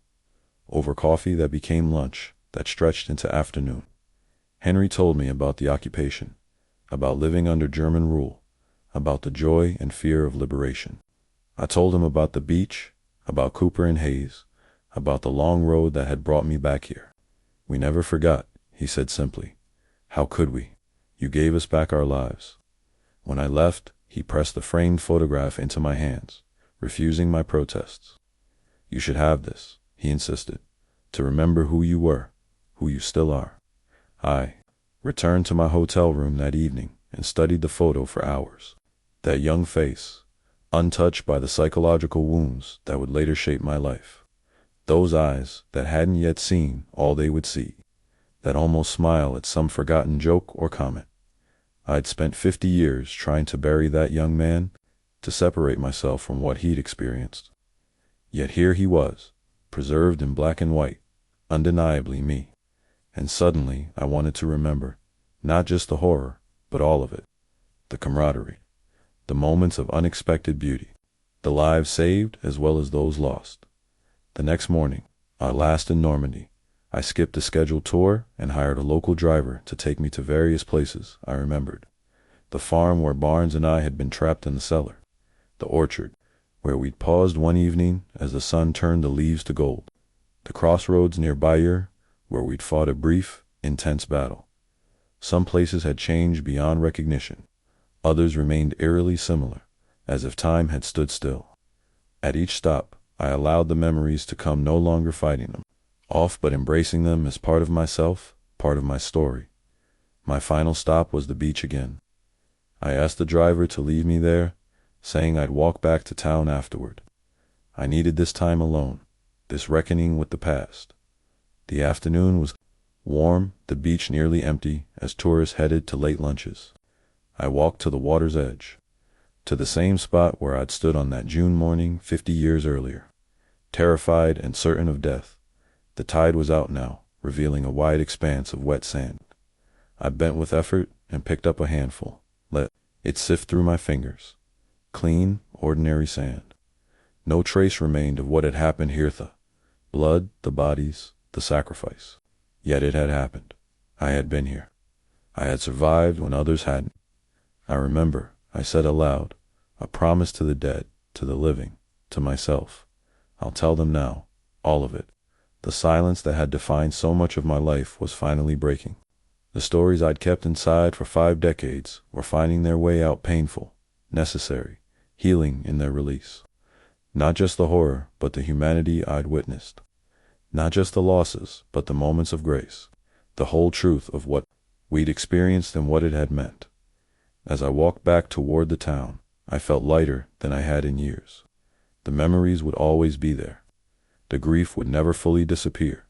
But in returning to this place, and confronting what had happened here, I'd found something I thought lost forever, a connection to the young man I'd been, to the life I'd lived since, to the future that remained.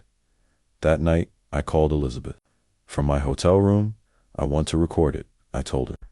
Everything I remember. For the family, for history, I'll help, she promised, her voice thick with emotion. We can start as soon as you get home. When I hung up, I went to the window and looked out at the moonlight silvering the peaceful Norman countryside. Somewhere out there lay the beaches, where we'd landed, the fields where we'd fought, the villages we'd liberated. Somewhere out there, the ghosts of those who hadn't made it back still kept their watch. The sand was red by dawn, I said softly, beginning the story I would soon tell in full. They told us the tide would wash everything away. But some things the tide never touches. Some things remain forever.